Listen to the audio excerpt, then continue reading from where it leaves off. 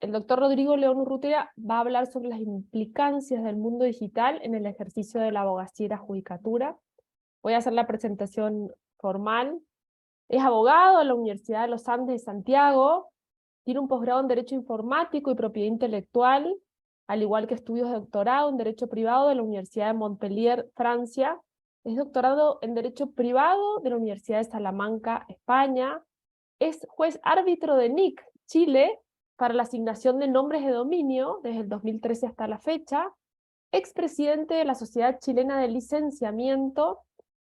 Bueno, es especialista en regulación empresarial y universitaria de la innovación y propiedad intelectual, profesor de Derecho Civil, ha impartido clases también de Derecho Civil a la Universidad Adolfo Ibáñez, es profesor de magíster en propiedad intelectual en la Pontificia Universidad Católica de Chile, ha dado cursos de datos personales, asesoró al gobierno de Chile en temas de propiedad intelectual, específicamente al Ministerio de Educación, en el Tratado de Libre Comercio en Estados Unidos, capítulo 17 sobre la propiedad intelectual. Y algunas cosas no las terminé de decir porque la verdad que tiene un currículum extensísimo. Rodrigo, muchísimas gracias por estar con nosotros. Muchas gracias, muchas gracias, María Celina, por la invitación. Un poco la idea que tengo un poco es analizar lo que está ocurriendo en mi país, que puede ser interesante para ustedes conocer qué es lo que está pasando en Chile en materia de digitalización, y dado que no es muy extenso el tiempo que tenemos asignado, sí lo quiero un poco... de alguna manera lo que quiero es identificar las materias que voy a tratar en esta hora y un cuarto que les voy a hablar. Un poco la idea es ver el tema de los datos frente al derecho, por qué hoy día es un tema tan relevante, por qué no lo era hace 10 años o hace 15 años, y hoy día desde el punto de vista tecnológico es muy relevante el tema de los datos. Después voy a hacer una breve análisis de lo que está pasando en Chile a nivel legal, desde el punto de vista de temas de datos personales, de delitos informáticos, para terminar con un tema que en nuestro país está no en pañales, pero sí la discusión jurídica está recién partiendo y tiene graves problemas en nuestro país en estas materias, que es el tema del uso de la firma electrónica. Nosotros tenemos una ley muy antigua que es del 2002 y sigue la ley española de firma electrónica, pero sí me quiero detener un poco por la experiencia profesional que me ha tocado ver a mí en los temas de firma electrónica, y los desafíos que se vienen en particular en firma electrónica avanzada y en técnicas de biometría, que en nuestro país tampoco hay mucha regulación, pero sí han habido casos muy relevantes y que la idea es un poco es contarles un poco de eso. Entonces, si quieres, María Celina, voy a compartir pantalla para poder Bueno, la presentación. Quiero ver dónde la tengo. ¿Sí? Ustedes me dicen si se ve. la vemos, Rodrigo. No está todavía en modo, digamos, en Ahí presentación. Se sí, ven. ahí debería Ahora estar. sí, ahora sí. Perfecto. Entonces, un poco la idea es analizar primero algo más que legal, es por qué hoy día estamos donde estamos, desde el punto de vista de la tecnología y la importancia del derecho en relación a estas materias. Un poco, estos son ya lugares comunes, ¿cierto? Las nuevas tecnologías hoy día nos permiten procesar información como nunca en la historia de la humanidad, a través de los datos particularmente, y hoy día podemos saber quién hace algo, cómo lo hace, cuánto lo hace, para quién lo hace, por qué lo hace, cómo lo hace virtualmente, podemos saber todo de todo.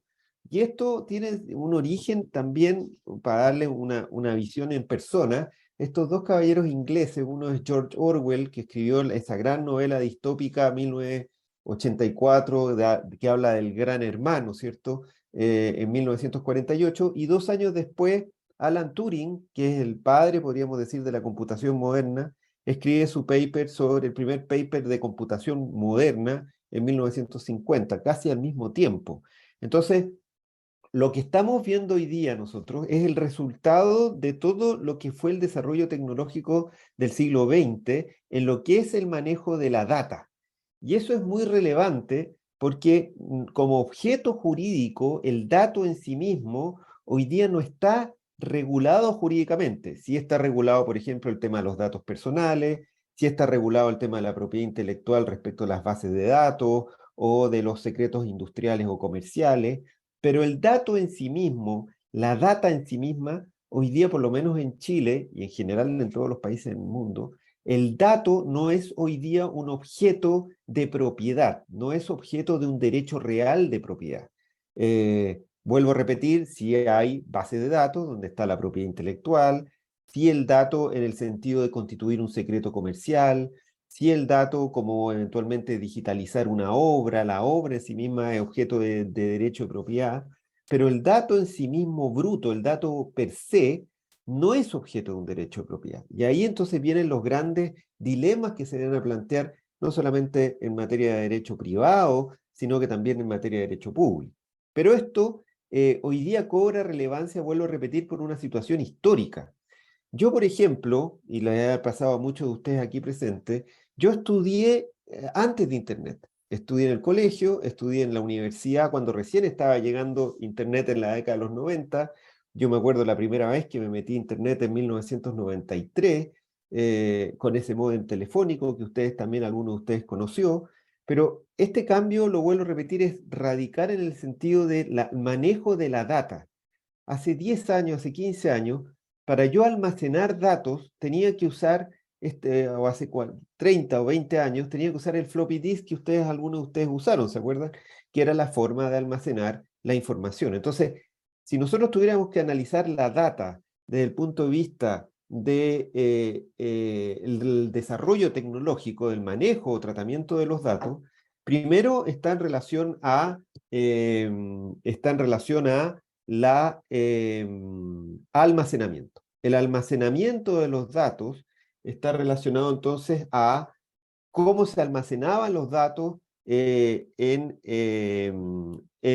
la, perdón, en la década de los 90 y principios de los 2000. Entonces, si yo, por ejemplo, un floppy disk, paso hoy día un pendrive que ustedes pueden comprar ahora en la calle por muy poco dinero, toda la información que está almacenada en un pendrive y lo paso a los floppy disk que muchos de nosotros usamos, tendríamos alrededor de 700.000 disquetes para un solo pendrive. Es decir, es como que yo pusiera un disquete, un floppy disk, uno al lado del otro, y me tomé la libertad de tomar un mapa de Mendoza. Es como ir de Mendoza a Nueva California, que debe ser alguna localidad cerca de Mendoza, poniendo un floppy disk al lado del otro. Entonces, ¿qué quiero recalcar con este punto? El primer punto respecto al almacenamiento de los datos, es que nosotros vivimos otra era. Estamos viviendo en otra era. Humanamente, nosotros vivimos secuencialmente los años, ¿cierto? Pasamos de el 2001, 2002 y así sucesivamente.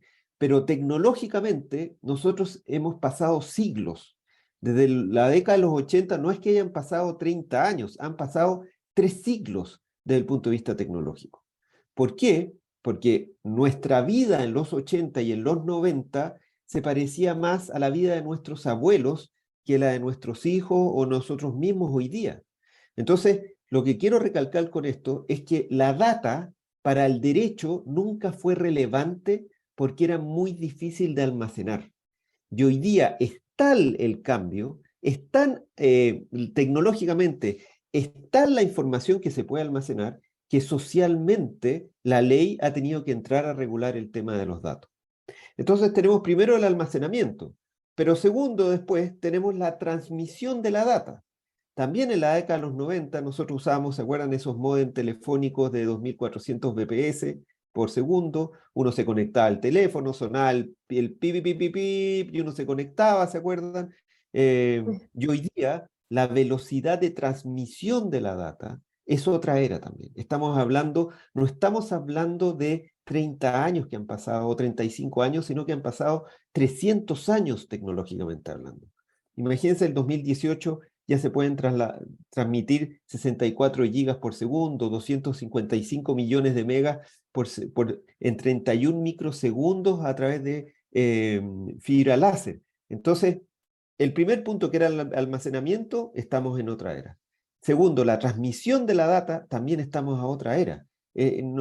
Si yo trajera a alguien de los 80, sería magia para esta gente ver todo lo que está pasando hoy día tecnológicamente. Y por último, el tercer vector para la relevancia tecnológica de la data es el procesamiento de la data. Entonces tenemos el almacenamiento, tenemos el transmisión y por último el procesamiento. Y aquí vemos otro ejemplo también de lo que ha sido este salto cuántico desde el punto de vista tecnológico de la data. El año 1971, un gran procesador que desarrolló Intel, que tenía 2300 transistores. Hoy día, por ejemplo, Samsung ya está sacando microprocesadores con 52.000 millones de transistores. ¿Cómo comparo yo? No puedo pesar, no puedo comparar una tecnología con la otra. Estamos viviendo realmente en otra era. Y tanto así que hoy día ya deberíamos estar pensando en nombrar de otra manera la era en que estamos viviendo. Es decir, si yo, por ejemplo, a todos ustedes o a la mayoría de las personas que viven en la Tierra, les dijera, ¿qué es más importante, Internet o Jesucristo? Lo probable es que va a ganar Internet, y por lejos.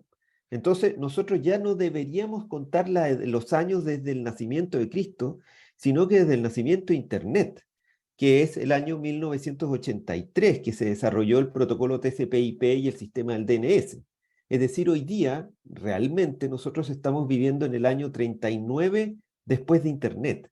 Ya no estamos viviendo el 2022, sino que estamos viviendo en el año 39 después de Internet, con esta idea del rol que tienen hoy día los datos, que es fundamental. Y ese rol lo ve uno no solamente desde el punto de vista técnico, sino que también legal. Por ejemplo, el manejo de data en un contrato, o que lo vamos a tocar ahora, o el acceso a la data en bases públicas, de servicios públicos. ¿Puedo yo demandar legalmente el acceso a las bases de datos que están en servicios públicos o en el Estado para que se me entregue en forma estructurada? Hoy día eso es una gran discusión.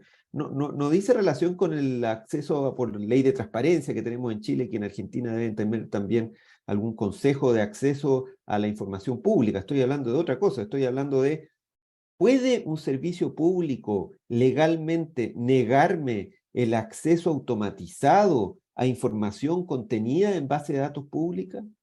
En Chile tenemos un solo caso que son el Poder Judicial. En el Poder Judicial la ley establece que yo no puedo acceder masivamente a la base de datos de los procesos judiciales, pero en el resto eso no lo dice. Entonces, la pregunta es, ¿tengo yo como ciudadano el derecho a acceder automáticamente, automatizadamente, a través de software que lo que hacen es aspirar las bases de datos o entran para sacar toda la información que puede ser muy importante para una empresa, por ejemplo, o para un medio de comunicación o lo que sea? ¿Tengo yo derecho como ciudadano a acceder a esas bases de datos o que el Estado me entregue esa información estructurada? Bueno, eso es un poco lo que vamos a conversar en este tiempo que nos queda de presentación. Y esto un poco recalcar, que tal vez ustedes ya lo han visto, y bueno, esto ya es lugar común también, cómo hemos pasado de la economía de datos a de una economía de bienes tangibles a una economía de datos. Esto es muy importante, porque estructuralmente el derecho también muta en el sentido de que qué es lo que está realmente protegido por el derecho. Y aquí voy a poner un ejemplo práctico para recalcar un poco el punto. Si yo les preguntara a ustedes, ¿cuál es el bien que tiene el precio más alto en el mundo? No pregunto por un género, no el aire, no el agua, no el oro, sino una cosa con nombre y apellido. ¿Qué dirían ustedes? Roberto, Robert, Nicolás, Celina, Oscar. ¿Qué se les ocurre a ustedes si tuvieran que elegir solo una cosa con nombre y apellido? Una joya, una mansión, un yate. ¿Qué elegirían ustedes como la cosa más, con el precio más alto? Cara, más alto. La fórmula de la Coca-Cola, dice acá Daniela. La Información, fórmula de dice María Coca-Cola. Sol.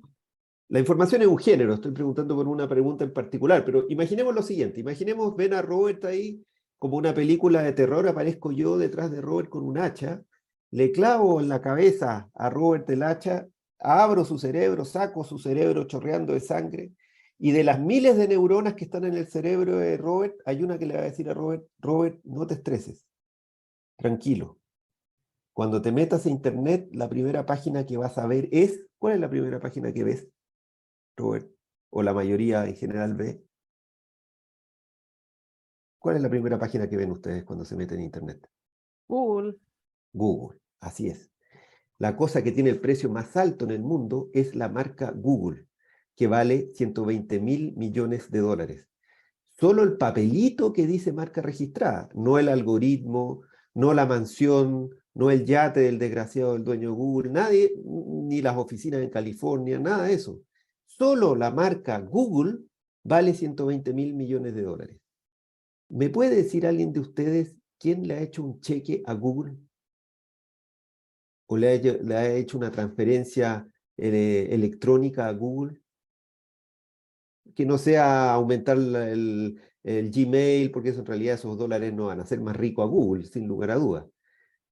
Claro, lo que pasa, si se fijan, es que Google es muy poderoso porque maneja datos. Entendió que la economía es la economía de datos. Y por eso para nosotros, desde el punto de vista judicial, judicatura, del ejercicio profesional como abogado, nosotros tenemos que ser muy cuidadosos en la forma en que se tratan los datos en una relación entre clientes. En el contrato yo tengo que poner una cláusula de manejo de la data. Si yo no tengo una ley que regula el tema de la data no personal, no estoy hablando de los datos personales, sino de la data no personal, yo tengo que incluir en forma precisa y clara una cláusula en el contrato que maneje los datos, que maneje no solo la confidencialidad de la relación, sino los temas de seguridad informática, de ciberseguridad, en relación a el manejo de la data, contractualmente fijar quién está habilitado para mantener esa data, almacenarla o usarla o no usarla, por ejemplo, estableciendo obligaciones de hacer o de no hacer en el contrato, utilizando las herramientas que nos da el antiguo derecho civil. Pero en el fondo tener mucho cuidado, porque y lo probable es que ustedes como colegas ya han tocado estos temas, pero normalmente, ¿dónde van las cláusulas relacionadas a los datos en un contrato? ¿Al principio, al medio o al final? ¿A alguien le ha tocado ver contratos en que esté el tema de los datos, la confidencialidad, por ejemplo? ¿Dónde va eso? ¿Al principio, al medio o al final de un contrato? Al final dicen. Así es, efectivamente, normalmente van al final. Y lo ponen al final porque uno se aburre de leer el contrato, sobre todo si son contratos americanos que son larguísimos y a uno les da, termina aburrido leyendo, ¿cierto? Pero uno lo que tiene Con que hacer letra es chiquita. exactamente. Entonces, lo que uno tiene que hacer es dar vuelta al contrato y partir por el final, no por el principio. Porque esas cláusulas son hoy día las más relevantes.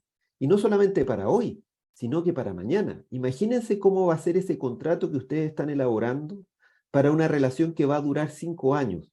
¿Cómo vamos a estar tecnológicamente en 5 años más en materia de datos?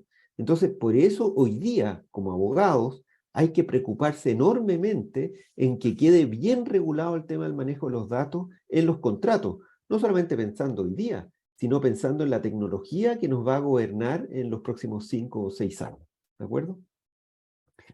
Y con esto lo que quiero entonces recalcar que hoy día nosotros hemos pasado entonces en estos últimos 30 años de lo que es el universo analógico que todos vivimos en el colegio o en la universidad, los que somos más viejos, a este universo digital. Y desde el punto de vista jurídico, esto tiene un vector muy relevante. Hago el paralelo entre universo analógico y universo digital porque tiene relevancia desde el punto de vista legal. Primero, en el universo analógico, lo relevante es el ser humano. ¿Qué quiero decir con esto? Que en el fondo, el centro del mundo material, podríamos decir, no digital, es el ser humano. Es cierto que de vez en cuando hay terremotos, en Chile tenemos muchos terremotos, o puede haber un tsunami, o puede haber alguna, pero en general, nosotros hoy día como especie humana, para bien o para mal, dominamos el mundo. hemos destruido, hemos aniquilado especies de animales, tenemos todo el mundo lo tenemos lleno de gente. Hace una semana ya llegamos a ser 8.000 millones de habitantes en todo el globo terráqueo. Entonces, en el mundo analógico, el centro está el ser humano.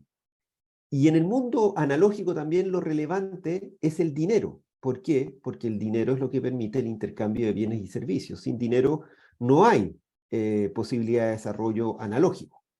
¿Y quién tiene el dinero? Son las instituciones y bancos, y el Banco Mundial o las instituciones privadas que manejan el dinero son las más relevantes, las que tienen más poder y por eso influyen políticamente también.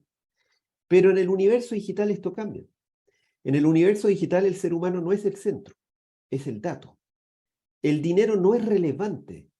Google, ¿por qué es poderoso Google? ¿Por el dinero que tiene en una bóveda en Estados Unidos? No.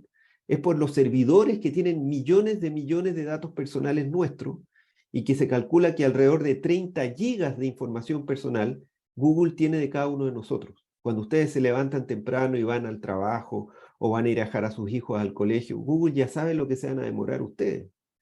Les advierte, te vas a demorar 20 minutos, 30 minutos, una hora en llegar al lugar que normalmente tú llegas. Google ya lo sabe. Y ahí viene otro tema muy relevante, que lo vamos a tocar en un rato más en materia de protección al consumidor. ¿Cómo negocio yo un contrato con Google? Si Google me conoce mejor que a mí mismo, sabe las enfermedades que tengo, sabe los nombres de mis hijos, sabe toda la información que tiene personal mía, ¿cómo puedo yo negociar simétricamente con Google o con otra empresa tecnológica que tenga toda esa información?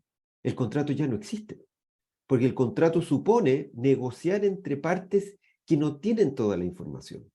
En cambio, yo de Google no sé nada. Lo único que sé es poner www.google.com, pero del resto no sé nada más. En cambio, Google sabe todo de mí. ¿Cómo negocio yo un contrato? Y ahí entonces surge la necesidad de las regulaciones en materia de datos personales. Entonces, desde el punto de vista histórico, yo me acuerdo la primera vez o las primeras veces que recibí un correo electrónico ofreciéndome un libro, venderme un libro en los años 95, 94. Y me acuerdo, le decía a mi madre, mira, recibí un correo con una oferta de un libro, como algo muy llamativo. Y hoy día es lleno de información, ¿cierto? Hoy día esto ha cambiado, el spam, la información que viaja de manera masiva, en que tenemos que protegernos a través de herramientas de ciberseguridad, procesos y protocolos, para impedir en el fondo, en el fondo lo que está pasando hoy día con toda la información basura que se está generando, la data basura que se está generando a escalas siderales en todo el mundo. Y esto ha implicado, vuelvo a repetir entonces, que hayan surgido normas relacionadas a el manejo de la data. Ustedes en Argentina tienen una muy buena ley de datos personales. Yo lamentablemente no conozco en concreto cómo funciona la Agencia Argentina de Datos. Nosotros todavía no tenemos, no obstante que nuestra ley es muy antigua, nuestra ley de datos personales es de 1999, fue de las primeras que surgieron en Latinoamérica, pero ha quedado muy desactualizada. Nosotros no tenemos una agencia chilena de datos personales, no tenemos procedimientos administrativos ni sanciones. Y hoy día en el Congreso está un proyecto de ley al que haré mención muy brevemente, relacionado a temas de datos personales y que sigue muy de cerca el reglamento europeo, el GDPR, en materia de protección de datos. Y ese otro punto también muy relevante. El gran desarrollo que ha generado el tema de la regulación de los datos lo generó Europa, precisamente. ¿Por qué? Porque si ustedes se ponen a pensar qué grande empresa tecnológica europea existe, no hay. Las grandes empresas de datos son Amazon, Google, Apple, Microsoft y Facebook, hoy Meta.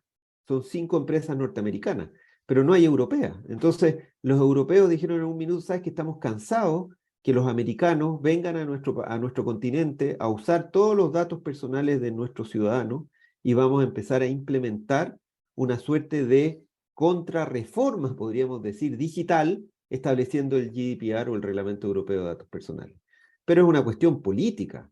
Esta idea de la privacidad o de los datos personales, en el fondo, nace por el universo digital. Antes no tenía ninguna relevancia la privacidad claro, existe la privacidad del hogar, pero la privacidad de la data, o más, porque privacidad y datos personales no son sinónimos, pero el manejo de la data hoy día está por el desarrollo tecnológico que yo les mencionaba.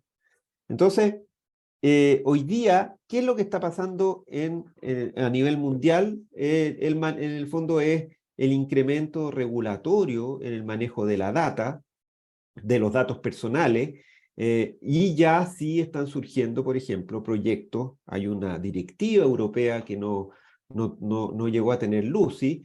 Pero que es un tema muy interesante, que es la regulación de los datos no personales. Porque hoy día todos hablan de las leyes sobre privacidad o leyes de datos personales, pero hay una materia que no está regulada, salvo, vuelvo a repetir, que haya aplicación de leyes de propiedad intelectual, como podrían ser los secretos comerciales o industriales, pero la data que genera, por ejemplo, una máquina, una lavadora, o un microondas, o un gran motor industrial, esa data que va generando día a día y que puede ser muy relevante, o por ejemplo, un medidor digital de consumo eléctrico de una casa, por ejemplo. Toda esa data, si no es data personal, si no vincula a un individuo determinado, es dato no personal y no es objeto de propiedad. No, yo no puedo alegar, no puedo ejercer una acción reivindicatoria de datos. Yo no tengo un derecho de datos. Y ahí está la gran importancia que tiene este cambio de switch que tenemos que tener como abogados. A nosotros, yo comentaba, Celina, yo hago clase de Derecho Civil, y como pasa en Argentina con el Código de Vélez-Arfield, el derecho de propiedad tiene tres atributos, que es el uso, el goce y la disposición, ¿cierto? Pero hoy día las cosas no valen por la disposición, por el uso, por el goce. Hoy día una cosa vale por la información que emite. Les voy a poner el siguiente ejemplo. Si ustedes tuvieran que comprar tienen un automóvil que comprarse nuevo, y tienen un automóvil muy bonito que les gusta mucho, pero no tiene Google Auto o CarPlay. En cambio, el de al lado tiene CarPlay o Google Auto y no es tan bonito. ¿Cuál eligen? Claramente van a elegir el que tiene Google Auto. O quieren arrendar un departamento, por ejemplo, y hay uno que es más grande, tiene más metros, pero no tiene fibra óptica, no tiene cable de acceso rápido a Internet, y el otro sí lo tiene, que es más pequeño. ¿Cuál eligen? Entonces, hoy día, el Internet de las cosas, por ejemplo, en Chile y entiendo en Argentina también, nosotros ya tenemos 5G, y viene el 6G, el 7G, en que en definitiva, toda la data que van a generar las cosas, y no solamente las cosas, inanimadas, también las cosas animadas, por ejemplo, los animales. Nosotros en Chile, por ejemplo, es obligatorio a las mascotas ponerles un chip, y por lo tanto, el día de mañana, la data que generan las mascotas, también eso es información que puede ser relevante desde una veterinaria hasta una empresa que produce alimentos para animales, y suma y sigue. Entonces, hoy día el problema que tenemos es que, por lo menos en Chile y en Europa también, es que no existe una ley que regule el tema del dato no personal. Hoy día todas las normas están relacionadas a datos personales, relacionadas a personas naturales, pero no a datos no personales. Y cuando llegue una ley que civilmente regule la propiedad, o más bien la titularidad de los datos no personales, esa va a ser una revolución enorme, porque va a cambiar todo el sistema del derecho civil, del derecho privado, cómo entendemos la propiedad, por ejemplo, cómo entendemos los contratos. Va a ser un cambio enorme que todavía sí no ha ocurrido. Centrándome ya, y para ir avanzando, centrándome a lo que está pasando en nuestro país, en Chile, como les comentaba, nosotros tenemos a nivel constitucional desde el 2018, cuando entró a regir el GDPR en Europa, una modificación constitucional. Tenemos un derecho de protección de datos personales, que no sé lo que significa eso en realidad, porque se puso en las garantías relacionadas a la protección de la vida privada y la honra, pero no en la garantía de propiedad. Entonces, es el gran problema que tenemos cuando inventamos cosas y no calificamos jurídicamente cuál es la naturaleza jurídica del derecho. Acá todavía no tenemos claro qué es el derecho de protección de datos en cuanto a su naturaleza jurídica.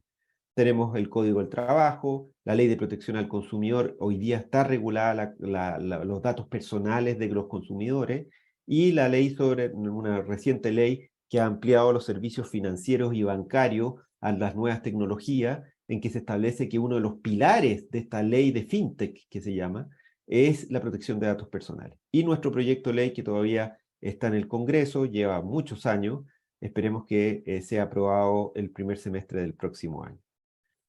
Muy rápido para ir avanzando. Nosotros, en el fondo, como pasa en Argentina, tenemos el dato personal, que es el que identifica a una persona natural, a un ser humano. No existen datos personales de personas jurídicas o morales. Nuestro número de identificación, por ejemplo, el domicilio, el número telefónico, los datos biométricos, que ese es un tema muy relevante hoy día que está pasando en nuestro país. ¿Qué pasa con los datos biométricos respecto de, por ejemplo, la formación de contratos a través, nosotros hoy día tenemos firma biométrica, por ejemplo. Yo puedo firmar un contrato con la cara. No es que sea una foto, sino que hay un proceso tecnológico de firma con la cara, y eso es perfectamente legal en Chile, por ejemplo. No solamente ya la huella. Hoy día tenemos proyectos, por ejemplo, estoy relacionado a proyectos de utilización de la voz para manejo de procesos de seguridad, en que también es un dato biométrico. La voz, por ejemplo, yo a través de la voz puedo saber si la persona está drogada. Entonces estamos en proyectos, por ejemplo, en pertenencias mineras, en activar sensores para saber si la persona que va a entrar a faena está con droga o con alcohol o está con estrés, o por ejemplo quiere ir a cobrar un documento bancario a una institución financiera y a través de la voz saber si está en niveles de seguridad para poder hacer ejecutar el título mercantil. Todo eso hoy día no es ciencia ficción, sino que está ocurriendo en Argentina también. Entonces, todo esto está generando de alguna manera como de alguna manera como un enorme, podríamos decir, tsunami digital, que a nosotros los abogados nos está tomando un poco desprevenidos, porque no sabemos a veces cómo tomar y analizar en el fondo el fenómeno digital, porque vuelvo a repetir, nosotros fuimos estructurados mentalmente a pensar que el derecho es un libro. A nosotros siempre se nos ha enseñado en los códigos, el código de Vélez-Sarsfield, o sus códigos penales o de justicia, siempre es un libro, y eso ya no existe. Hoy día los sistemas digitales, hoy día las bases de datos, nosotros tenemos que dejar de pensar el derecho como un libro y pensarlo como un algoritmo. El derecho tiene que entenderse, y eso tiene implicancias desde el dictar sentencias a través de inteligencia artificial, la generación de los smart contracts, o también todo lo que es el blockchain, o todo lo que ustedes estaban viendo en el video respecto a los NFT, o todo lo que está relacionado a criptomonedas, etcétera, etcétera. Entonces, hoy día, vuelvo a repetir, es un cambio de era. Por eso estamos viviendo en el año 39 después de Internet, porque esto remueve enormemente la vida del ser humano. Si yo también les preguntara a ustedes, ¿cuánto tiempo pasan ustedes en el universo digital al día? De su tiempo, ¿cuánto están en una pantalla? En el en el móvil, o en el computador, o en el televisor, o en la consola de videojuegos. ¿Cuánto porcentaje de su día está en este universo digital? Yo esta pregunta la hago hace varios años, y claro, cada año después de la Cada vez pandemia más. se radicalizó efectivamente. Hoy día el promedio es entre el 80 y el 90% de nuestro tiempo. Eso Sí, es ahí es todo mucho el tiempo. tiempo, el 50, pero sí, es la mayoría. No, hoy día es, claro, porque los otros es porque uno está viajando o está comiendo o come mirando una pantalla también. Entonces, hoy día es más o menos entre el 80 y el 90% de nuestro tiempo conectado al universo digital. Y eso tiene una enorme implicancia social y jurídica. Y por eso también, bueno, el tratamiento que ustedes ya conocen también, el tratar es el concepto amplio, procesar, tratar el dato personal. En nuestro país no hay, como les repetía, una ley muy actual, por lo tanto nosotros, como pasa en Argentina, me parece que nosotros no tenemos la figura del encargado de datos, a diferencia de, por ejemplo, lo que pasa en la ley argentina, en el reglamento europeo, en que tenemos al responsable de datos y al encargado. En Chile tenemos las reglas generales del mandato solamente, y bueno, ya el sujeto de datos personales. Lo que sí, para ir avanzando, quiero recalcar esta idea un poco de por qué la data es tan importante, no solamente la data en el sentido de personal o no personal en un contrato, pero también en el sistema judicial. El hecho que yo tenga toda esa información en las bases de datos, por ejemplo, del Poder Judicial o de servicios públicos, ¿cómo me veo yo enfrentado a esa información, a esas bases de datos? Yo como ciudadano, ¿tengo derecho a exigir acceso, vuelvo a repetir, estructurado? ¿O, o cumplen con enviarme unos PDF ilegibles en que yo no puedo hacer absoluto, el hardware no puede trabajar con PDF, sino que tengo que tener un XML, un formato Excel o lo que sea, para que automáticamente la información pueda ser procesada y generar nuevos modelos de negocio, por ejemplo, nuevos productos, utilizando la información que de alguna manera se ha generado a través de mis impuestos, que yo he pagado para que este sistema funcione a nivel estatal. Eso, por ejemplo, en Chile no está regulado. Hoy día no tenemos una ley, sí tenemos una ley de acceso a la información pública, pero es distinto. Lo que yo comento acá es si yo como ciudadano tengo el derecho a usar un software para captar la data estructurada en los servicios públicos, por ejemplo. Y que el servicio público no me ponga un CAPTCHA. ¿Han visto esos software que es para impedir que preguntan cuántos Sí, semáforos, cuántos semáforos hay, sí. etcétera? Que la leyenda urbana dice que es para testear software de conducción autónoma, por eso lo ponen con semáforos y calles y cosas así. No sé si será cierto, pero sí, un poco la pregunta es, ¿puede, por ejemplo, el Banco Central Argentino bloquearme el acceso automatizado a su sitio web utilizando estos mecanismos de CAPTCHA? ¿O yo tengo derecho a decirle, oiga, a mí no me sirve acceder manualmente a la información? Hoy día es tan complejo buscar la información que yo necesito herramientas automatizadas para buscar la información pertinente en las bases de datos públicas. Entonces, el hecho que usted me impida el acceso, eso es me está afectando mi derecho humano a la información de alguna manera, o al emprendimiento económico. Entonces, muy rápido, veíamos entonces el consentimiento, que es la base principal que sostiene como base de legitimidad el tratamiento de datos.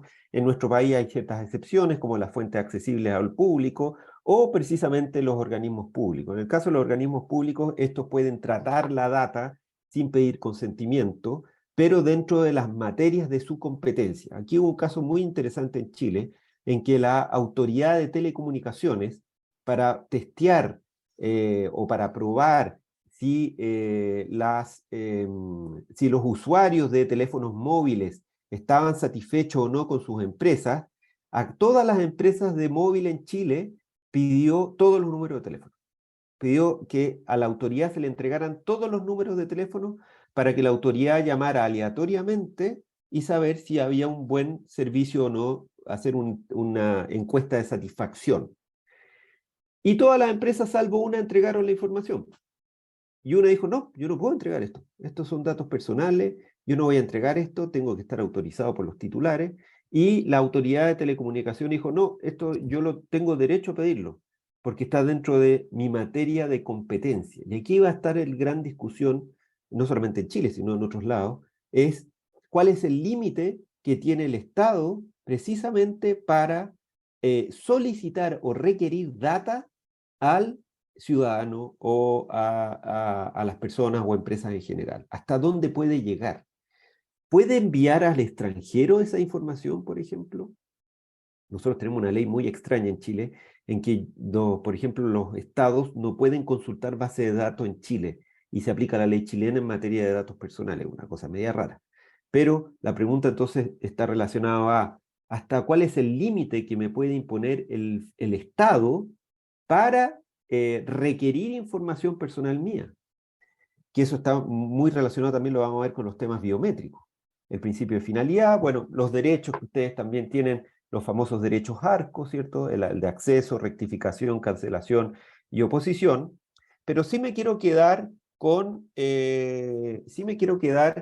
uno que no sé si, Celina, no sé si habrá alguien que tal vez me corrija, pero en la ley argentina me parece que hay, en la ley chilena nosotros todavía no tenemos el famoso derecho odia.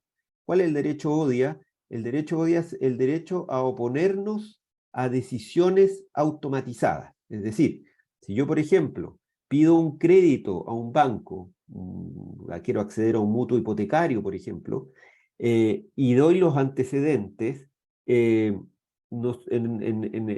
Europa y en Chile también a futuro, yo voy a poder oponerme a una decisión hecha por el algoritmo que me niega el crédito, por ejemplo. Entonces, yo, si se fijan, es un derecho muy raro este, es como el canto del cisne de la humanidad, en que nosotros alegamos que el algoritmo es inferior al ser humano en cuanto a la toma de decisiones que puede afectarme a mí. Entonces, lo probable es que si yo tengo un algoritmo que me ha dicho no al crédito o no a una sentencia el día de mañana, si puede ser una sentencia dictada o algún tipo de resolución dictada por inteligencia artificial y no por un ser humano, las de mero trámite, por ejemplo. Yo como comentaba, soy árbitro y yo considero que hay ciertas resoluciones que no debería dictarlas yo. Ya a esta altura deberían ser emitidas por un algoritmo. No es necesario un acompaña documentos, un téngase presente el patrocinio o cosas por el estilo, que son más simples. Eso perfectamente lo puede hacer un algoritmo y ya hay ejemplos que están pasando en Estados Unidos con utilización de software para la solución de diferendos. Y eso es bien interesante. Por ejemplo, ¿qué pasa si yo en una cláusula compromisoria, en un contrato, en lugar de fijar a un juez árbitro, fijo un software que resuelva el litigio futuro derivado del incumplimiento contractual? Y además es un smart contract con ejecución inmediata a la cuenta corriente, por ejemplo, de una de las partes. En Chile no, yo nunca he visto una cosa así, que una cláusula compromisoria se asigne jurisdicción a un software y no a un ser humano para resolver. Pero yo igual tengo mis dudas de cuál podría ser la invalidez de poner una cláusula de ese estilo pensando en un arbitrador, no en claramente los tribunales ordinarios, eso no lo puedo poner, pero una cláusula compromisoria que resuelva, o la mediación que se pueda resolver a través de un algoritmo, por ejemplo. Eso ya existe. En Estados Unidos ya hay varios casos, se han escrito muchos libros, por ejemplo, de sistemas de mediación automatizada. Entonces, y además, claro, está el tema de la crítica que se le hace al sesgo que pueden tener estos protocolos o estos algoritmos que ha pasado en Estados Unidos, por ejemplo, con los afroamericanos, con sesgo de solución de este tipo de sistemas, pero el sistema aprende. Entonces, no es que vaya a ser así para siempre. Como les comentaba, entonces, lo que viene en nuestro proyecto de ley, la nueva autoridad de datos, los nuevos derechos, este ODIA que les digo yo que es muy interesante, porque va a ser la única, al final de cuentas va a ser lo único humano propiamente tal que va a quedar, porque si al final todo es el dato en el universo digital, da lo mismo que uno lo mire desde el derecho laboral, desde el derecho penal, desde el derecho civil, del derecho administrativo, al final el dato va a ser el mismo. Entonces, y es lo que yo estoy viendo, por ejemplo, en la legislación que se está dando en nuestro país, en que todo se está pareciendo. Legislación asociada a datos. Entonces, por ejemplo, desde el punto de vista de la propiedad industrial, el manejo de datos, o desde la perspectiva de los servicios financieros, o de la perspectiva de la protección al consumidor, por ejemplo, las infracciones se están pareciendo todas. ¿Por qué? Porque es infringir datos. Entonces al final da lo mismo que sea un dato laboral, un dato bancario, y ese es el gran dilema que estamos viviendo como seres humanos en la medida que el dato, hoy día casi hay religión, el dataísmo, se habla de una nueva religión, que todo es el dato. Si en el universo digital el dato es lo único que importa, al final la regulación va a tender a ser una sola. Y ahí está el gran dilema y el gran peligro que tenemos como seres humanos. En cuanto al CERNAC, muy rápido también, nosotros tenemos en protección al consumidor una nueva ley que regula el tema de protección del consumidor desde el punto de vista de los datos personales. Se han dictado resoluciones relacionadas a, por ejemplo, cómo elaborar los términos y condiciones o las políticas de privacidad de los sitios web o de las plataformas de comercio electrónico. La ley FinTech que les decía yo también sobre nuevos servicios financieros y nuevas tecnologías, en que precisamente, y aquí les cito nomás como ejemplo, en la nueva ley de FinTech se copió exactamente lo que está en el proyecto de ley de datos personales. Lo mismo ha pasado, por ejemplo, en materia sanitaria, respecto del uso de la información por parte de los prestadores de salud en relación a qué pueden pedir o no a la persona enferma. Al final, todo se está pareciendo. ¿Por qué? Porque en el centro está el dato. Estas conductas que están tipificadas en la ley de FinTech son una copia del proyecto de ley de datos personales. En materia sanitaria, por ejemplo, les comentaba una resolución que sacó el Ministerio de Salud, también copia el tema de los datos, al final es puro dato. Y por último, ya para ir terminando, ¿qué pasa a nivel de delitos informáticos? Nosotros, y entiendo Argentina también es miembro del convenio de Budapest, nosotros acabamos de modificar nuestra ley de delitos informáticos, y sí quiero recalcar este punto porque vuelvo al tema de los datos. Hay unos tipos penales nuevos que no teníamos en Chile y que son muy interesantes desde el punto de vista del manejo de la data. Bueno, está en el tema de las definiciones, donde sale qué es un dato informático, qué es un sistema informático, qué es un prestador de servicio. Son, en el fondo, cuestiones más bien técnicas, que entiendo que ustedes tienen una ley de delitos informáticos federal, me parece, y que debe ser muy parecida a la que tenemos nosotros. Y aquí vienen los tipos penales, y uno que quiero recalcar que es muy interesante. El ataque a la integridad de un sistema informático. Nuestra ley era muy antigua, era de 1993, tenía solo 4 artículos, muy poca jurisprudencia se había generado, sobre todo con todo esto del phishing, los ciberataques que hemos sufrido mucho en Chile, hasta el ejército chileno sufrió de estos ataques, y nosotros no teníamos una buena legislación, y ahora esta, que tiene unos pocos meses nomás, ha entrado a regir en nuestro país, donde están distintos tipos penales: el ataque a la integridad de un sistema informático, el acceso ilícito a un sistema informático, la interceptación ilícita. Esto, Celina, te lo voy a mandar después esta presentación para que la tenga, porque no es necesario leer toda esta lata completa, ¿cierto? Estamos entre abogados, así que no Vale, vamos y a la leer subimos todo al esto. campus junto Sí, con no la hay problema, grabación. pero es para que la vean en el fondo que la falsificación informática, también el fraude, ahora está radicado específicamente en un tipo penal de falsificación informática, pero me quiero detener en este. Este es muy interesante porque es un nuevo delito que no teníamos en Chile, que es la receptación de datos informáticos.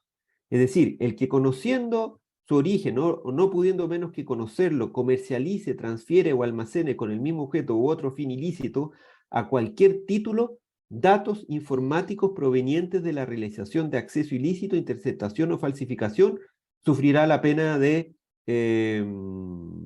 asignada a estos delitos. Es decir, como pasa con el tipo de receptación, cuando ustedes, y en Argentina también hay en el Código Penal, cuando yo compro un bien robado, estoy cometiendo un delito, que es la receptación. Aquí tenemos nosotros entonces un nuevo tipo penal muy interesante, que es la receptación de datos informáticos. Es decir, y vuelvo a esta idea del dato, esto es fundamental. ¿Por qué? Porque si yo pruebo que accedí a bases de datos, compré o estoy vendiendo o comercializando bases de datos personales o no personales, da lo mismo acá, puede ser personal o no personal, estoy cometiendo un delito.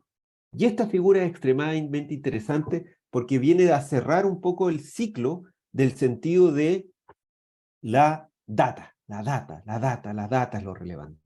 En el contrato, la data es relevante. En la sentencia, la data es relevante. Al final, la data es todo.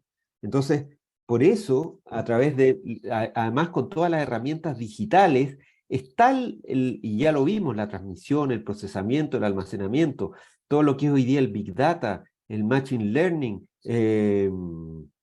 hoy día la inteligencia artificial. Hoy día es imposible que no se sepa, si yo no quiero saber algo, no saberlo. Eso es imposible. Entonces, por ejemplo, nosotros a veces, nosotros recomendamos, por ejemplo, nosotros en ciertos casos usamos fax, que es un artilugio que ustedes no deben conocer, pero que era muy antiguo el fax, o no sé si en Argentina le dice igual, o los cardex. ¿Se acuerdan los cardex? No sé si se usa la misma palabra. ¿Quiénes esos Nosotros archivadores de teníamos metal? fax. Los fax Pero sí. ¿le suena el Cardex? No sé si es la misma palabra. Que son esos archivadores de metal que uno abría y sonaban y metía uno las Sí, carpetas. en el Poder Judicial todavía Eh, tenemos. Sí, eso. algunos. Pero van quedando, por lo menos en Chile, yo hace por lo menos 15 años que no veo uno. No sé Y dónde estarán. Deben alguno, no estar, sé si alguno tiene, pero pero yo deben creo que estar en un, alguno debe quedar. deben estar en un cementerio, así como los cementerios de los elefantes, tiene que ver como un cementerio de Cardex, porque yo no he visto nunca más, no sé dónde estarán. Entonces, con lo que quiero recalcar es, con este punto, es que es extremadamente importante el manejo de la data nosotros como abogados y como participantes del sistema judicial o jurídico en general. El tema de la data para nosotros siempre ha sido muy importante por nuestro deber de secreto profesional, ¿cierto? Pero adicionalmente hoy día del manejo industrial de la data. ¿Por qué? Porque también para nosotros como abogados estamos siendo objeto de un gran dilema en cuanto al ejercicio profesional. Y a ustedes les debe haber pasado. El cliente ya sabe la respuesta porque la vio en Google. O le preguntó a Siri, Siri, ¿me puedes decir el artículo 4 del Código de Vélez-Sarsfield? Y yo no se lo tengo que decir. O la jurisprudencia. Entonces, ¿cómo yo compito con un algoritmo en el manejo de data jurídica? No hay ninguna posibilidad. Ninguna. Entonces, ¿cuál es el rol que tiene el abogado? Precisamente lo humano.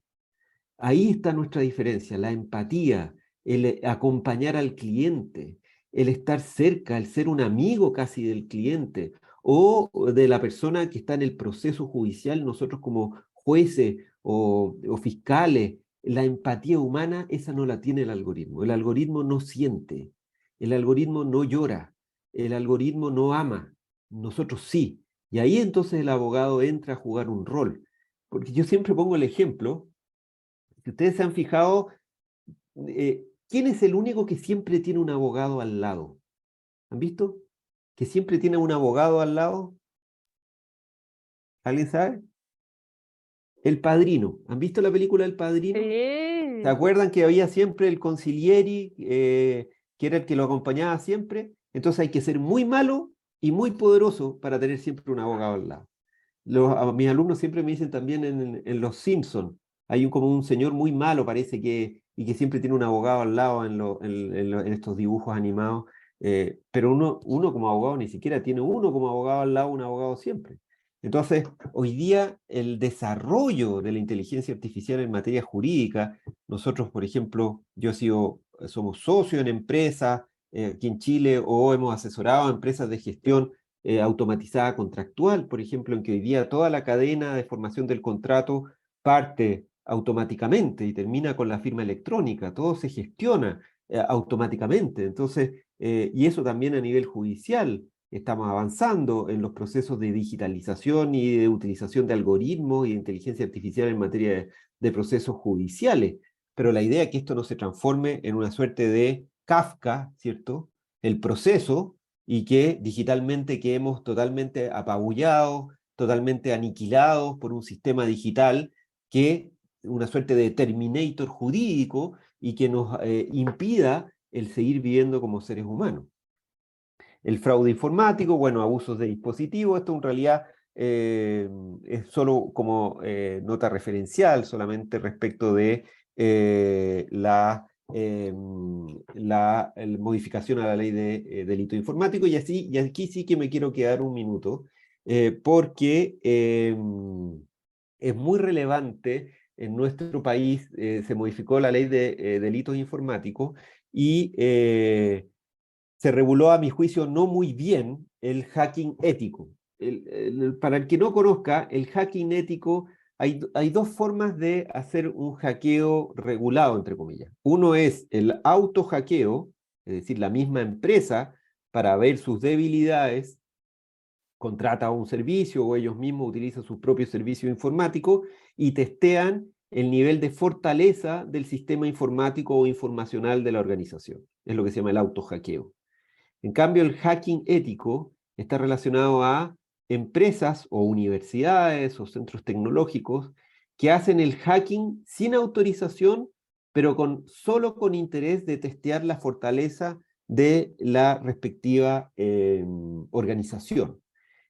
Por ejemplo, aquí en Chile, y debe ser también lo mismo en Argentina, las escuelas o facultades de ingeniería, las memorias para los ingenieros en ciberseguridad son precisamente el atacar a alguna organización para probar sus debilidades y sacar su tesis de profesional. Hoy día en Chile esto es ilegal. En Chile, muy mal a mi juicio, se resolvió esto. Para yo poder hacer el hacking ético, yo tengo que tener autorización del titular del sistema informático. Por lo tanto, ya no van a poder esos estudiantes de universidades que hacían estos trabajos de alguna manera de buscar atacar algún sistema para efectos de probar su falencia y de buena fe informar a la respectiva empresa, eso hoy día ya no se va a poder realizar. ¿Ok? ¿Qué otra cosa puede ser relevante también un poco de lo que está pasando en nuestro país respecto de materias relacionadas a digitalización?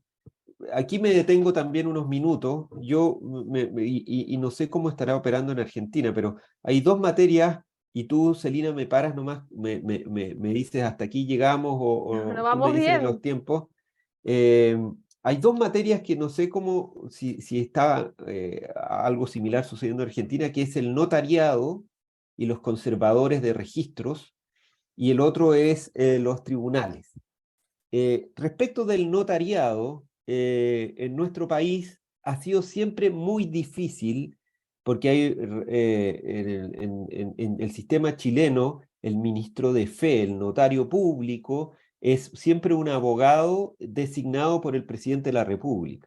Lo mismo con los conservadores, donde están los registros de propiedad, y los archiveros, donde está todo el sistema de archivo de escrituras, resoluciones, etcétera, etcétera. Y hoy día se está discutiendo mucho en Chile, llevamos mucho tiempo discutiendo el rol que tiene el sistema notarial en nuestro país, particularmente porque es un monopolio muy custodiado por estos colegas que son notarios y conservadores, y la sociedad critica mucho que es muy ineficiente. Hay muchos, sobre todo de provincia, que no tienen sistemas informáticos buenos, y los cobros que hacen, que no se entiende por qué, por ejemplo, una autorización de una firma manuscrita, no sé, en nuestro país puede costar $10, por ejemplo, la autorización de una firma, eh, siendo que yo a través de un servicio de firma electrónica avanzada, que genera plena prueba, lo vamos a ver en un rato más, tengo que pagar solo $10 anuales por todas las firmas que yo quiera firmar. A mí no me cobran, entonces es medio absurdo. Por un lado, por una firma me cobran $10, pero por otra saco un certificado anual de firma que me sale $20 y puedo firmar 3 millones de firmas y voy a seguir pagando solamente $30. Eso es una gran crítica que se está haciendo hoy día. Acá pasa lo mismo, Rodrigo. Están los Muy escribanos o interesante. notarios que también certifican y tenemos firma digital. Es la Claro, misma situación. y por ejemplo aquí en Chile, la Asociación de Notarios demandó por el uso de firma electrónica, y presentó ante los tribunales una demanda en contra de empresas de firma electrónica, alegando la falta de seguridad y que los estaban reemplazando. Ha habido mucho lobby en el Poder Judicial por parte de los notarios y también en el Congreso. En el Congreso tenemos otra ley, también que no ha salido, que viene a modificar el sistema registral chileno. No solamente cambia, por ejemplo, va a cambiar el sistema de la forma de clasificar las propiedades o identificar las propiedades. Nosotros tenemos el estatuto real, no personal, y la idea es cambiarlo a un sistema personal, pero adicionalmente entrar de lleno a la firma electrónica. Es decir, que el nombramiento de los notarios va a ser distinto a un sistema más parecido al norteamericano. Los conservadores van a estar totalmente digitalizados, hoy día lo están mucho, pero no tenemos, acaba de sacarse una modificación, pero muy específica, nosotros en Chile tenemos la escritura pública digital, pero solamente para el caso de remates judiciales. Hoy día yo no puedo comprar un inmueble, por ejemplo, digitalmente, lo que es un absurdo. Hoy día yo debería poder comprar un departamento, por ejemplo, utilizando un documento electrónico, con firma electrónica. Es absurdo tener que hacer filas para ir a un notario a firmar manuscritamente. eso es bastante absurdo. Entonces, hoy día tenemos el tema notarial que está en gran discusión. Ha habido demandas presentadas por la Asociación de Notarios en contra de prestadores de firma electrónica. Tenemos el tema del mismo Poder Judicial. Sacó un auto acordado la Corte de Apelaciones de Santiago respecto al uso de firma electrónica, pero hay una serie de lugares grises, de sectores grises regulatorios, en que no hay claridad. Por ejemplo, les voy a dar un ejemplo, a mí me tocó ejecutar un pagaré electrónico. Yo entiendo que debe ser igual en Argentina. Nosotros tenemos el procedimiento de ejecución en que no se discute, sino que se ejecuta el título mercantil y yo voy y embargo y puedo rematar lo embargado por la ejecución del título. En Sí, acá Chile, tenemos también proceso de perfecto. ejecución. Y el proceso de ejecución tiene que entrar con un título ejecutivo. Yo no puedo Ujú. entrar con un simple contrato, sino que tiene que haber un título ejecutivo que puede ser una sentencia, una factura o un pagaré. Pagaré sí, como título de mercantil, el pagaré sí tiene que ser autorizado por un notario en Chile. Para yo poder ejecutar el pagaré tiene que estar autorizada la firma del deudor por un notario. Y la pregunta era, ¿eso se puede hacer digitalmente o tiene que seguir siendo manuscritamente? Y a mí me tocó hacer la primera ejecución de un pagaré electrónico. Y era como un plan piloto solamente. Lo llevamos a tribunales y nos dieron el ok. Y el juez dijo, no, no hay problema, se ejecuta el pagaré electrónico. Así que, por lo menos en Chile ya tenemos jurisprudencia sobre ejecución de pagarés electrónicos. Hay un proyecto de ley que busca esto así, como de establecer que expresamente, a mi juicio no es necesario, por eso lo ejecuté el pagaré en tribunales, pero sí hay otro proyecto de ley que busca masificar, que es lo que vamos a ver un rato más, la firma electrónica, que a mi juicio eso es un error, particularmente en lo que dice relación a la firma electrónica avanzada, que algo les voy a mencionar. Y el otro punto que les mencionaba, no solamente el tema del notariado y los conservadores, es precisamente el tema del Poder Judicial. El Poder Judicial, por ejemplo, hace unos 2 meses fue objeto de un ataque informático. Y eso entonces de alguna manera, nos lleva a pensar la dependencia tecnológica que hoy día tenemos de los procesos relacionados al Poder Judicial en Chile, a los sistemas digitales. Nosotros hoy día como abogados, por ejemplo, para poder acceder a el Poder Judicial, tenemos que usar la firma emitida por el mismo Poder Judicial, lo que ya empieza a ser un poco sospechoso. Después, para el que además está refrendado por una clave que nos da nuestro servicio de registro civil, que se llama clave única, que también yo tengo, algo les voy a mencionar, que también tengo mis dudas muy serias de que en Chile eso sea válido, eh, pero que en el fondo entramos al ambiente judicial digital y entramos y dependemos totalmente del sistema en lo que es presentación de documentos, realización de audiencia. Hoy día los alegatos son todos por videoconferencia. No sé si en Argentina será lo mismo, pero yo puedo alegar un recurso de apelación o un recurso de casación. Ahora ha ido cambiando esto, pero yo puedo. ¿Y cómo verificaba yo la identidad del abogado que iba a alegar? ¿Cómo se verifica eso? En nuestro país se utilizaba la cédula nacional de identidad y uno la mostraba en la cámara. Cosa tan artesanal, totalmente prehistórica la forma de verificar la identidad digital de alguien. No había verificación biométrica, no había firma electrónica, era solo plantearme y podía ser mi hermano que es médico y empezar a alegar en la corte con una cédula alterada mía con otra foto y empieza a hacer el alegato. Entonces, hoy día, el gran tema, creo yo, y eso está pasando en todos los países, es el rol de la biometría. La biometría es la única forma que yo puedo unir el universo analógico con el universo digital. El único puente directo que existe entre el universo digital y el universo analógico son los sistemas biométricos. Todo lo otro es indirecto. No sé cómo será en Argentina, por ejemplo, los sistemas de verificación o validación de identidad para operar una cuenta corriente o para hacer alguna... ¿Cómo Es se hace? biometría y con registro digital de las huellas. Ya, pero por ejemplo, si tú quieres, Celina, hacer una transferencia electrónica a través de Internet, te Sí. metes a la página del banco, abres el banco y ahí no hay nada El, biométrico ahí. no. El celular es todo biométrico. Y hay veces que para algunas transacciones te mandan al celular para hacer Así es, un verificación de los doble datos chequeo, biométricos. Sí. exacto, o un doble chequeo, ¿cierto? Te En la mandan una página es con clave, el token, claro, Isabel.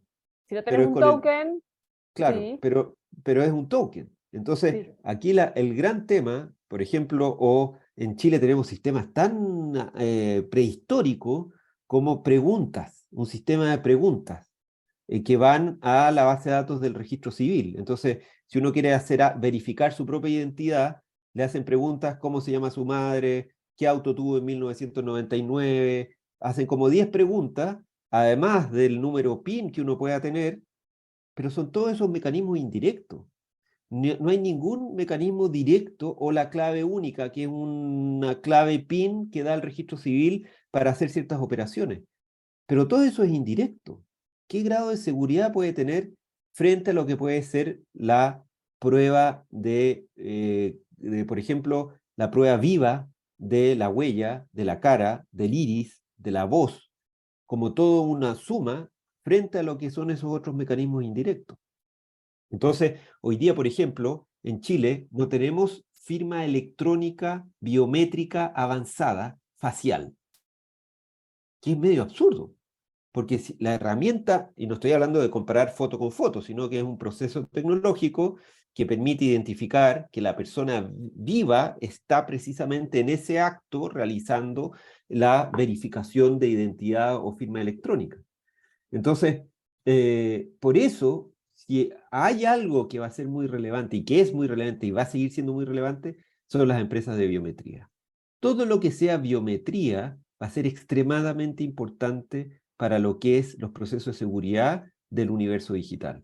El proceso biométrico, la georreferencia, todo lo que sea relacionado a verificación de identidad por distintos factores, pero principalmente por factores biométricos desestacionales. Todo lo que sea relacionado a verificación biométrica va a ser es hoy día muy relevante y tiene una serie de problemas legales, partiendo porque en nuestro país, por ejemplo, y no sé si en Argentina es igual, el dato biométrico se califica como dato sensible, es decir, es un dato personal sensible, que tiene una categoría de protección mucho mayor que el dato personal general. El dato personal sensible, calificar yo el dato biométrico, es medio absurdo, porque la cara es un dato biométrico. Entonces, si tengo una cámara de videovigilancia en la Plaza de Mendoza, por ejemplo, en la Plaza de la Independencia, todo eso que está captando son datos sensibles. O Acá la es voz, igual. Ahí Juan nos ayuda, dice que sí, que acá es igual, que son datos sensibles. claro, son datos sensibles, pero ¿cómo los trabajo yo esos datos sensibles? Si tengo cámaras por todos lados. ¿Qué decir en China? Yo no sé si ustedes conocen, pero en China, que tiene la tasa más alta de cámaras de vigilancia por número de habitantes, tiene lo que se llama el puntaje social. Que imagínense, estoy haciendo una exageración, pero imagínense la cédula nacional de identidad china con una columna que parte en color rojo y termina en verde. Y uno va bajando en el mes, dependiendo si se ha portado bien o mal, atendiendo a cómo uno lo graban por las cámaras de videovigilancia. Y si yo a la fin de mes tengo, por ejemplo, el color rojo, no puedo comprar billetes de avión, o no puedo entrar a un restaurante, o no puedo postular algún cargo, si es que el puntaje social no me da, y eso es, pero magnífico para regular a una población. ¿Eso hoy día se puede hacer en Chile y en Argentina? Absolutamente, desde el punto de vista técnico. Desde el punto de vista legal, no. Pero ¿cuánto vamos a aguantar? Ese es el tema. ¿Cuánto Doctor, vamos a poder? Sí, Celín, voy a hacer una pregunta. ¿Qué tal, doctor? ¿Cómo le va? Es un bien, placer gracias. Igualmente, comunicarme con igualmente. usted. Bueno, yo tengo una pregunta acá que le he levantado al chat, volviendo un poco a lo que estaba hablando usted sobre los procesos y las formas de notificación. Acá preguntan si en Chile se siguen notificando con cédulas físicas al domicilio real en algunos procesos, o por ejemplo cuando se corre traslado de la demanda en sí, o Sí. si se utiliza ya en forma genérica la notificación al domicilio electrónico. No, hoy día hay todo lo que es primeras notificaciones siguen siendo físicas, pero hay mucha regulación sectorial en que se está notificando todo por correo electrónico. Mucho por correo electrónico. Pero, Perfecto. pero la primera notificación de la demanda, por ejemplo, hoy día sigue siendo física. Yo dificulto que en el corto plazo se pueda mutar no sé cómo será en Argentina, pero dificulto que se pueda mutar rápidamente a la primera notificación personal o no en persona que se haga en forma digital. Es el Ah, traslado, el primer traslado de la demanda, sí. claro, Sí, el traslado de la... salvo que haya alguna suerte de biometría involucrada. Ahí yo creo que ahí la cosa podría avanzar, en el sentido de tener tecnología biométrica para efectos de, porque hoy día con la biometría yo sé dónde estuvo la persona, por georreferencia, cuándo estuvo, por timestamping, todo el proceso de timestamping que dan los prestadores acreditados, y además que la persona es por la suerte de emanación biométrica que hace la persona. Entonces, yo uso todos los factores y no estoy diciendo solo hacer la cara, estoy haciendo el huella, la voz, la cara, el número, el celular, toda esa suma de cosas automatizadas, claramente es mucho más seguro que un funcionario judicial que vaya a un lugar físico a entregar un papel. Es mucho más seguro lo otro. Entonces, hay cierto resquemor de la tradición de la judicatura de tenerle miedo a estos temas, que siempre se va a poder saltar tecnológicamente y que no es seguro jurídicamente. Pero eso es un absurdo, es un absurdo. Hoy día nosotros en los controles de, por ejemplo, de falsos positivos relacionados a identidad de persona en banco, es 99,99% de error. Eh, Además, con el hecho que les contaba de la utilización de otros vehículos biométricos, imagínense que yo pueda saber que una persona que ingresó a un banco lo va a saltar antes de... O que una persona que va a conducir un camión no puede conducirlo porque biométricamente no dan los factores para que pueda hacer ese acto que pueda evitar una muerte. Y eso todo automático, automatizado. No, no, y ya no hay que soplar alguna cosa para el nivel de alcohol, nada, es solo la cara y en 5 segundos ya sabemos que la persona no puede hacer lo que creíamos que podía hacer. Eso tiene una enorme consecuencia en temas de privacidad y datos personales, sin lugar a dudas. Pero hoy día Google lo sabe todo. Si hoy día los que aquí están presentes creían que sistemas de navegación anónima, es todo mentira eso. Google todo lo sabe. Hasta Apple está diciendo que van a tener que sacar unos iPhone nuevos para cumplir con los niveles de privacidad. Porque hoy día todo se sabe. Si por eso, si usted quiere que nadie sepa algo, ni se acerque a una pantalla. Lo único que tiene que hacer es agarrar un lápiz y un papel físico y anotar algo. Y romperlo al frente de la persona que lo leyó, para que no le saquen foto tampoco. ¿Se fijan? Entonces, por eso vuelvo a repetir que hoy día nuestra profesión está podríamos decir, está muy llamada a reinventarse. Yo soy profesor de Derecho Civil hace 20 años en Chile y es absurdo la forma que enseñamos el derecho hoy en día. Yo lo he repetido 1000 veces. Hoy día, por ejemplo, yo hago con los alumnos modelos de negocio, emprendimientos, desarrollo de plataformas. Estoy tratando de que entiendan el derecho no como un libro, sino como un negocio, pero también como una ciencia, pero también como un conjunto de datos. El derecho son muchas cosas, un conjunto de ritos. Por eso nosotros No existe el derecho ateniense o el derecho mesopotámico, todo eso no existe. El derecho lo inventaron los romanos. Y los romanos eran llenos de ritos. Nosotros somos una profesión de ritos. ¿Por qué? Porque venimos de nuestro origen es litúrgico. Nosotros somos una suerte de sacerdote y sacerdotisa laicos, que no creemos en la ley, o en nosotros mismos. Pero nuestro origen es litúrgico y viene de Roma, y los romanos tuvieron la genialidad de inventar esto que se llama el derecho, pero además de inventar una profesión que es ser abogado, que antes no existían los abogados. En Atenas no existían los abogados, habían retóricos, además era un sistema infernal porque el tribunal eran 150 o 3000 personas, que además se les pagaba un óbolo, que eran como 50 centavos de dólar, para aplaudir. Era como una tragedia griega más que un tribunal. Entonces, con lo que quiero recalcar es que hoy día el ser humano se ve enfrentado a una disyuntiva enorme. Primero, somos 8.000 millones de personas. Hace 2 semanas ya somos 8.000 millones de personas. Somos mucha gente. Lo probable sí es que vamos a bajar. Un tema muy interesante. Todos apuestan por China, pero China va a tener una crisis enorme de población el año 2030. Uno ve los gráficos de crecimiento, por ejemplo, poblacional, y China va a tener una cantidad de viejos enorme que no va a poder administrar en los próximos 30 o 40 años.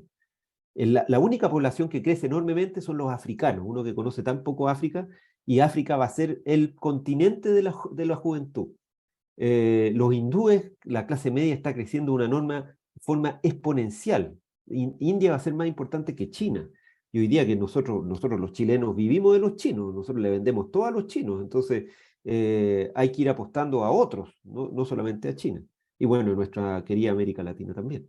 Entonces, con esto lo que quiero un poco recalcar es, ¿qué voy a hacer yo en los próximos 10 años? Yo, Rodrigo León, como abogado, yo tengo 50 años, tengo que pagar todavía muchas cuentas y voy a tener que seguir trabajando 10 años más, pero ¿qué voy a estar haciendo en 10 años más? Mi padre era abogado y si yo le hubiera preguntado a su edad, él me habría contestado, voy a estar haciendo lo mismo. Claro. En mi caso no puedo responder eso. Yo no sé, por eso es una suerte de incertidumbre que estamos viviendo ahora, del rol que va a tener lo digital. Entonces, plantearse temas como cláusulas compromisorias de sistemas expertos o de inteligencia artificial de solución de problemas. ¿Qué problema legal hay en eso? Si yo masifico eso, si yo hago una empresa de eso, por ejemplo, si empiezo a hacer una empresa de mediaciones automatizadas, no sé, o el rol de la inteligencia artificial, una cosa que yo le he dado vuelta, por ejemplo, la función del abogado en lo que es auditoría de algoritmos. Porque uno asume que el algoritmo está bien hecho, pero puede que esté muy mal hecho. Funciona, pero está lleno de problemas de propiedad intelectual, de problemas de privacidad, de problemas de libre competencia. Entonces, nosotros como abogados estamos llamados a meternos en esta gran piscina digital y hacer valer lo que estamos llamados a hacer nosotros los abogados. Los abogados estamos llamados a manejar el riesgo de nuestros clientes desde el punto de vista de una norma que muchas veces es tonta. Eso también, y esa es la gracia que tenemos los abogados. La norma nuestra, que es la ley, no la hace un algoritmo, la hacen políticos, y muchas veces la norma está mal hecha. Pero si yo tengo una norma legal y tengo una norma ISO o una norma técnica hecha por gente inteligente, como ingeniero, físico, lo que sea, pero tengo la norma legal y tengo la norma técnica, ¿cuál es la que vale? Lo siento, la norma legal es la que vale. Será muy inteligente su norma técnica, pero el juez tiene que aplicar la ley, no la norma técnica. Entonces, ahí está el rol del abogado. Nosotros vivimos, entre comillas, en el universo de los tontos. ¿Por qué? Porque muchas normas están mal hechas y nosotros los abogados estamos llamados a informarle al cliente, esa norma está así, y bueno, y tendremos que interpretarla, argumentar, tratar de saltarnos la norma, más que la norma, la tontera de la norma, pero el abogado está para eso. ¿Qué va a pasar si el Doctor, día de mañana? Sí, sí, perdón. disculpe que lo interrumpa, pero Sí. me interesa realizarle una pregunta porque es interesante lo que habla de este rol del ejercicio profesional reinventándose, ¿no es cierto? En función Sí. de este nuevo ecosistema digital y estos nuevos perfiles y competencias que se necesitan en el marco de la oralidad y de la digitalización para poder ejercer la profesión. Me interesa saber, usted que por lo que escucho y lo que he leído de usted, ejerce la profesión habitualmente, me interesa saber qué opina de los métodos de resolución de conflicto alternativos y las plataformas digitales en función de eso, por ejemplo, ODR y demás. ¿Cómo está en Chile desarrollado Sí. y si usted cree que puede ser una vía para poder Sí, brindarle solución a los clientes y demás? Sí, yo por ejemplo soy árbitro de NIC, de nombres de dominio, y todo el procedimiento se hace digital. Yo nunca veo caras humanas, nunca. No veo a nadie. Y todo es digital. Y como le comentaba, también soy de la idea que la plataforma de solución de diferendos debería otorgarnos a nosotros los árbitros herramientas tecnológicas de inteligencia artificial para resolver más rápido ciertas cosas. Los procesos de mediación humana ya no existen en Chile. Están muy de capa caída, en realidad no se consideran que sean un gran aporte. El mismo procedimiento de NIC, por ejemplo, tenía un proceso previo, una etapa previa de mediación que se eliminó, hoy día ya no existe. Y claro, y ahí le recomiendo, justo aquí lo tengo, estaba viendo, hay algunos autores, hay uno sobre todo que es citado sobre todo por los españoles, que es, estoy buscando acá, el, eh, el texto es de un profesor norteamericano, para el que le interese, como bibliografía, le puedo citar, es, ¿Es Colin Rule? no, se llama, aquí lo tengo, Susskind. Después se los puedo mandar por el chat, sí, que es bien interesante porque además la aproximación que siempre tienen los americanos son muy raros también. Bueno, son el país más poderoso del mundo por ahora, pero siempre ven todo como un negocio. Entonces, eso nos diferencia también de ellos, ¿cierto? Nosotros no vemos todo como un negocio, pero ellos lo ven todo como un negocio.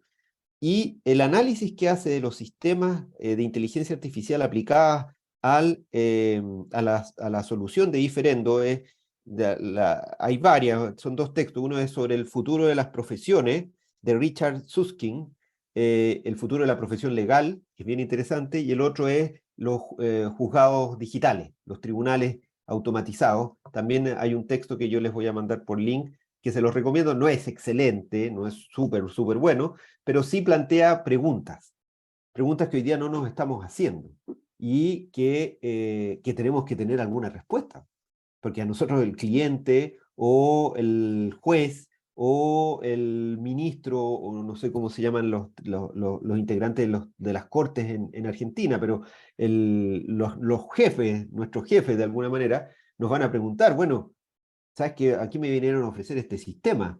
¿Lo tomamos o no lo tomamos? De alguna manera.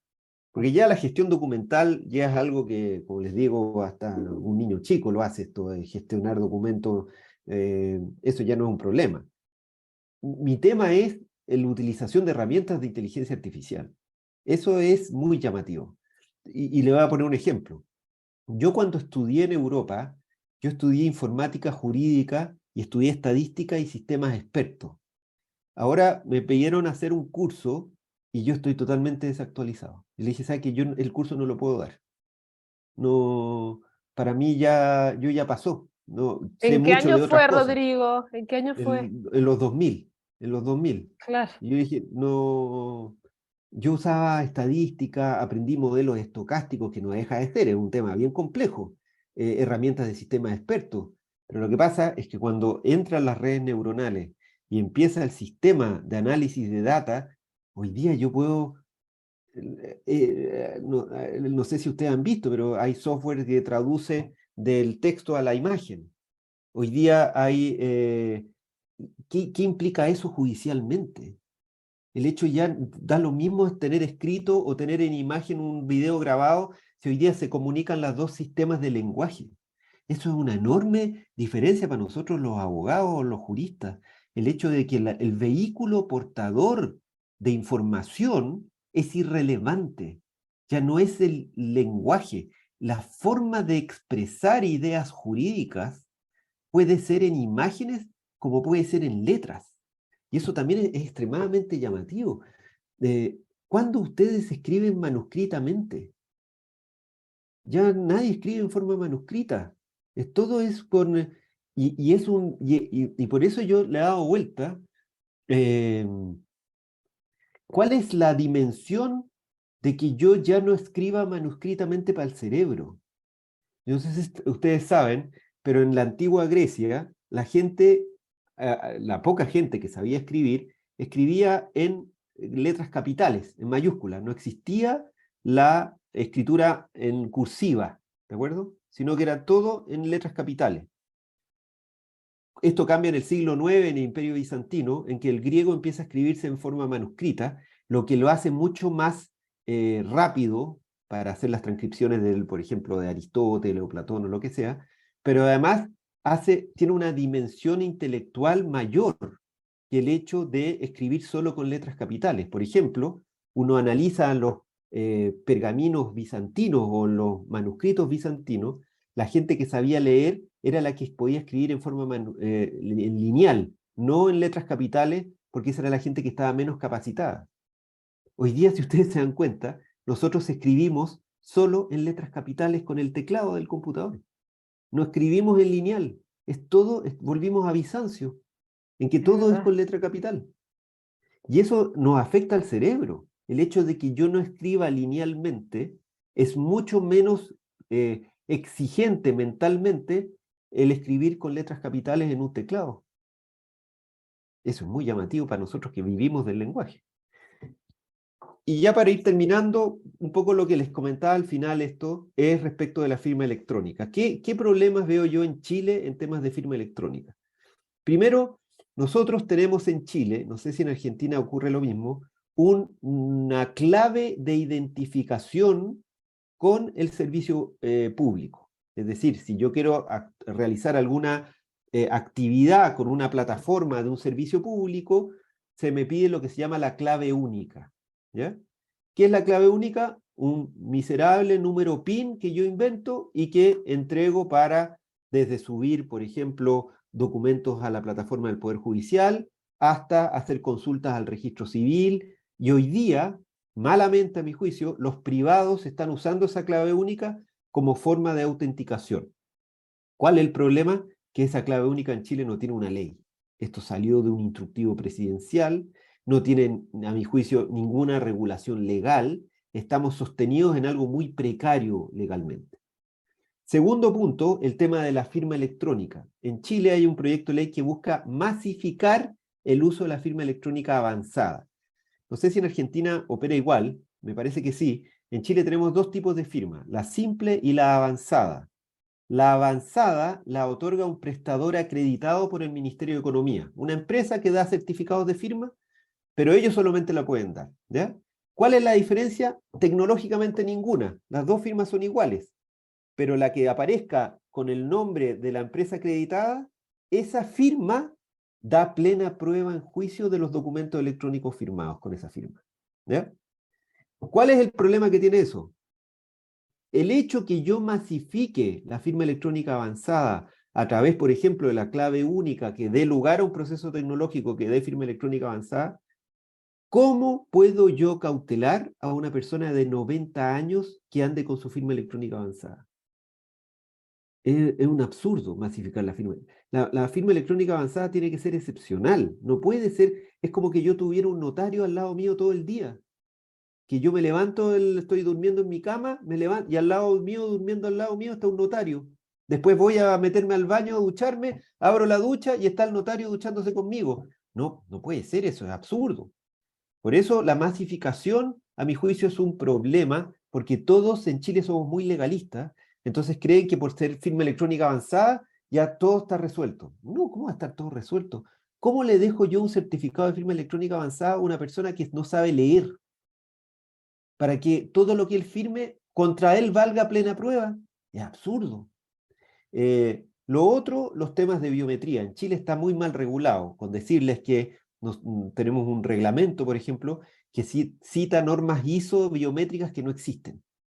Lo absurdo, que vuelvo a esta idea de la ley tonta, de la norma tonta. Otro tema que tenemos con problema es la interoperabilidad entre certificados. Cuando yo tengo un contrato y tengo dos tipos de firmas de proveedores distintos, eso se está generando ruido también, en que uno no se compatibiliza electrónicamente con lo del otro, hay que ir a bases de datos de verificación de certificados, y es un problema. Al final es casi mejor firmar manuscritamente.